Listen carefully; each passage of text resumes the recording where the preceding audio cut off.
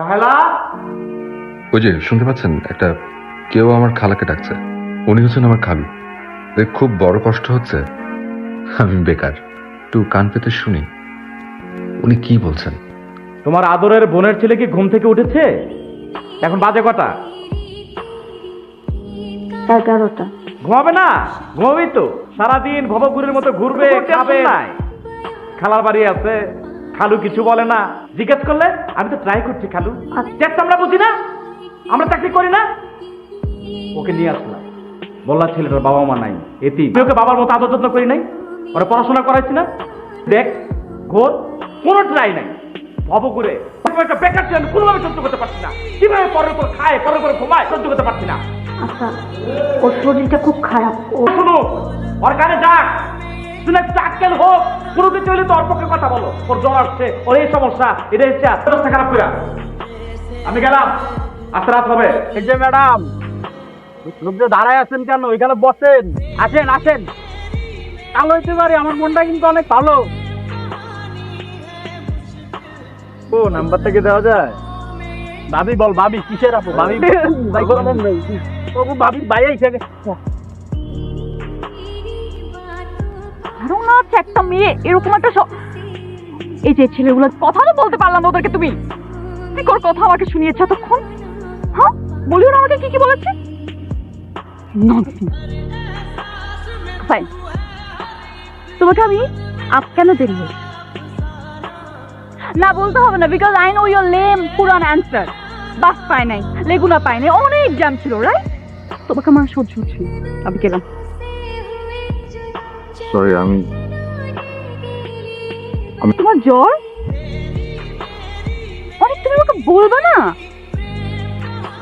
আর তুমি তো একবার আমাকে এটা বলবা ফোনে, তাই না? তোমার তুমি এতটা জ্বর নিয়ে এখানে কেন আসছো? আমি যদি জানতাম আমি তোমাকে আসতে বলতাম। মেপেছো? হ্যাঁ, এগুলো একবার মাপলাম, তখন দেখি 102। তুমি এখানে কেন fine, let's not waste time, চলো। কোথায়? আমার কোনো কথা তো শুনো না, প্লিজ এই কথাটা শুনো। ভাবে তুমি আসছো, বলো তো আমাকে। দেখলেন তো, সুখ দুঃখের একমাত্র সঙ্গী। আমার সবচেয়ে খারাপ সময়ে ও আমার পাশে থেকেছে। প্রতিদিন সকালে শুরু হয়, আর ক্ষুধার্ত পেটে পাউরুটি ভেজানো চায়। যাও তার শুয়ে পড়ো, অসুবিধা না। আমি আমি খেয়ে আমি কাপড় উঠে রাখবো। তো আপনি সারাদিন কোথায় ছিলেন? একদিনে 2টা ইন্টারভিউ পড়ে গেছিল আজকে। আপনি গত 1.5 বছরে কয়টা ইন্টারভিউ দিয়েছেন? 33টা। 33 মানুষ পাস করে, আপনি তো ফেল। শুনেন, যদিও আমার এইভাবে কথা বলা উচিত না, ছেলের মতো ছেলে আর হইতে পারলেন কই? এই যে আপনি একটা ঘরে থাকেন, সাবলেট ভাড়া দিতাম, তাহলে 6 থেকে 7,000 টাকা ভাড়া পাইতাম। আমি একদম সহ্য করতে পারছি না। আমার ব্যাপারটা বুঝতে পারছেন আপনি? ছেলেটা সারাদিন খাটাখাটনি করে এসেছে, হয়ে বসতে দাও। ওকে স্থির হয়ে বসতে দিলে তো আমি স্থির থাকতে পারবো না। সারাদিন খাটাখাটনি করে এসেছে, কি খাটাখাটনি করেছে? কাজকর্ম করেছে? বাসায় কোনো ধরনের কন্ট্রিবিউশন আছে ওর? শুধু সারাদিন খাওয়া ছাড়া, বলো?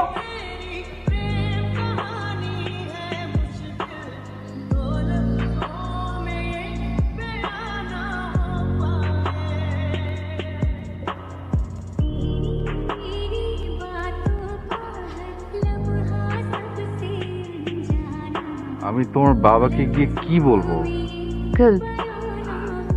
আমি একটা বেকার ছেলে চাচ্ছি, কিন্তু কোনোভাবেই পাচ্ছি না। চাকরি দেবেন এটা বলি।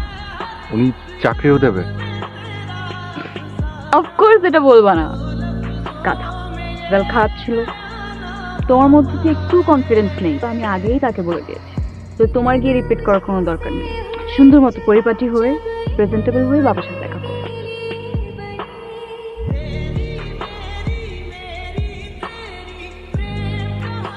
আচ্ছা বাবা, আমি কফি করে নিয়ে আসি। তোমার পুরো নামটা জানি কি? জি, অনেক। তুমি আমার কাছে কেন এসেছো? নিশ্চয়ই চাকরির জন্য এসেছো। আমি সোজা সাপটা কথা বলা পছন্দ করি। সম্পর্কে আমি খোঁজ খবর নিয়েছি, তুমি কোথায় থাকো, কি করো। কমিশনার কিন্তু আমার বন্ধু, তার মাধ্যমে আমি সব খোঁজ খবর নিই। জি, তোমার খালু সবসময় চিৎকার করে, কারণ বেকার মানুষ ফ্যামিলির জন্য একটা বোঝা। আমার পুরো নাম জানো? জি। শেষে চৌধুরী আছে। চৌধুরী সাহেবরা কি চায়? চৌধুরী সাহেবরা চায় তাদের ভালো চায়। তোমাকে আমার মোটেই পছন্দ হয় না, তাতে তোমাকে কোনোভাবেই মানিয়ে নিতে পারছি না। তুমি তো স্টুডেন্ট হিসেবে ভালো না, আর আমার মেয়ের রেজাল্ট জানো? ও তো মাশাআল্লাহ অনেক ভালো স্টুডেন্ট। সাথে তোমার কি মানায়? কোনোভাবেই মানায় না। তুমি যদি একটা ভালো স্টুডেন্ট হতে, তাও তো আমি সবাইকে বলতে পারতাম ভালো ছেলে, ব্রাইট ফিউচার। তোমার প্রয়োজন চাকরি। জি, তোমার এই জি কথাটা আমার খুব ভালো লাগে। বললেই তোমাকে ভালো চাকরি দেবে, কিন্তু তার বিনিময়ে আমার মেয়ের জীবন থেকে তোমাকে দূরে সরে যেতে হবে। নাস্তা করো, পেট ভরে নাস্তা। এটাই বেকারদের কপাল, তারা সবকিছু একসাথে পায় না। পুলিশ সাহেবরা এত নিষ্ঠুর হয় কেন? না, দরকার আছে। তারা তো তাদের সন্তানের খারাপ চায় না, তাই না? তাদের সন্তানের ভবিষ্যৎ অনেক বড়। না, ও একদম অনেক বড় হবে। দেখেছো, ও কথা রেখেছে, আমাদের মুখ উজ্জ্বল করবি। বলেছিলাম না যে একদিন বড় চাকরি পাবি, দেওয়ার মতো আশ্রয় দিয়েছি। কি বলেছিলাম না? মানুষ এতটা সেলফিশ কিভাবে হয়? আমি কত স্বপ্ন দেখেছি তোমার সাথে। আমার বাবার কাছে আমাকে ছোট করেছে, বাবার কাছে কত বড় বড় কথা বলেছি, এবার তুমি কি করলে এটা? আমার তারিনকে তো আমি হারিয়ে ফেললাম। একাদের মাঝে মাঝে কিছু কিছু জিনিস স্যাক্রিফাইস করতে হয়।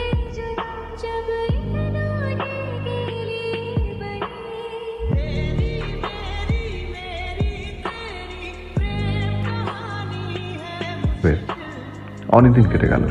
চাকরি টাকা দিয়ে খালুকে অনেক কিছু কিনে দিয়েছে। রেস্টুরেন্টের বিল দেব, যাকে গিফট কিনে দিব বলে বন্ধ হয়ে ঘুরতাম, সে নেই আজকে। অনেক দিন তারিনের থেকে পালিয়ে বেড়ালেও এই যে আপনার সাথে একটু কথা ছিল, দেখতে মনে হচ্ছে খুব ভালো আছে। গুড।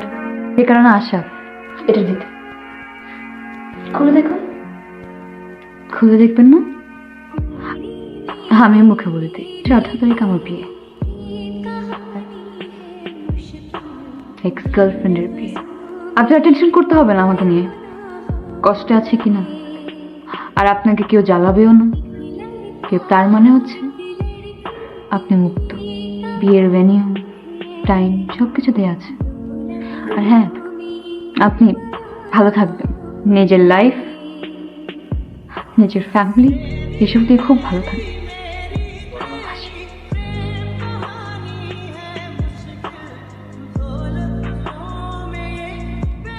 আমি তোমাকে আমার বিয়েতে ইনভাইট করেছি, আমার ঘরে না, যেটা আমি অন্য কাউকে বিয়ে করার জন্য করেছি। তুমি সবকিছুতেই সুন্দর লাগে। বউ সাজে তোমাকে এতটা সুন্দর লাগবে, আমি তা। তুমি কি এসব বলার জন্য এখানে এসেছো? বেরিয়ে যাও। না, আই এম সরি। বাসা থেকে খুব প্রেশার ছিল, ভাবছিলাম না কি করব, মাথা কাজ করছিল না। যাতে দুটো অপশন জুড়ে দিলেন, সিনেমার মতো। আর না, আমি কোনো সিনেমার হিরো, সিনেমার চাই তো অনেক বড়। আমি শুধু তোমাকে চাই। অনেক, তুমি এখন কেন এসব বলছো? অনেক যা হওয়ার তো হয়ে গেছে। চাকরিকে চুজ করেছো না, ফাইন, তো যাও না কেন আমার কাছে? শোনো প্লিজ, হয়তো তুমি কষ্টে থাকবে, কিন্তু আমি কিছু একটা করে দেখাবো তো চেষ্টা করবো। তুমি আমাকে ছেড়ে যেও না, প্রত্যেকটা মুহূর্তে আমি তোমাকে মিস করছি। প্লিজ তুমি যাও, আমার বাবার সাথে কথা বলো, নিতে পারো তাহলে আজকে আমি তোমার সাথে এই বাসায়। আজ আমি ওই শর্তগুলো ফেরত দিতে এসেছি। আমার চাকরি লাগবে না আঙ্কেল, আমার লাগবে না চাকরি। প্লিজ প্লিজ, টাইমকে লাগবে প্লিজ, আমার টাইমকে আমাকে ফিরিয়ে দিন। আজকে আমার মেয়ের বিয়ে, তুমি যে ওই চাকরিটা ফেরত দিচ্ছ, ওই চাকরি করবো আমি, আর বাসা থেকে বের হয়ে যাবে।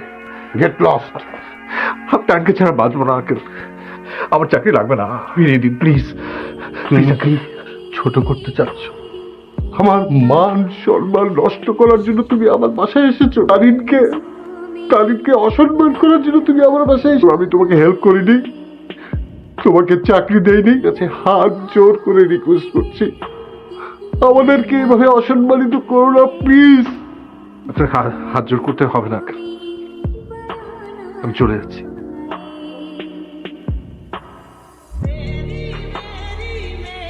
এই ছেলে,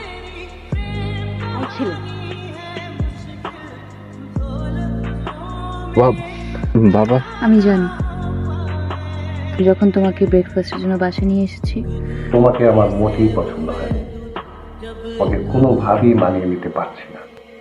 তোমার জন্য তোমার চাকরিটা বেশি ইম্পর্টেন্ট। অনেক কষ্ট পেয়েছি, কিন্তু তারপরেও আমি কিছু বলিনি। কোথায় যেন একটা অন্ধ বিশ্বাস ছিল তোমার উপর। আমি জানতাম তুমি সব কিছু ফেলে, দেখো তাই হয়েছে। পৃথিবীর কোন জায়গায় লেখা আছে বলো? আমি তো অপোজিটটা করার জন্য রাজি ছিলাম।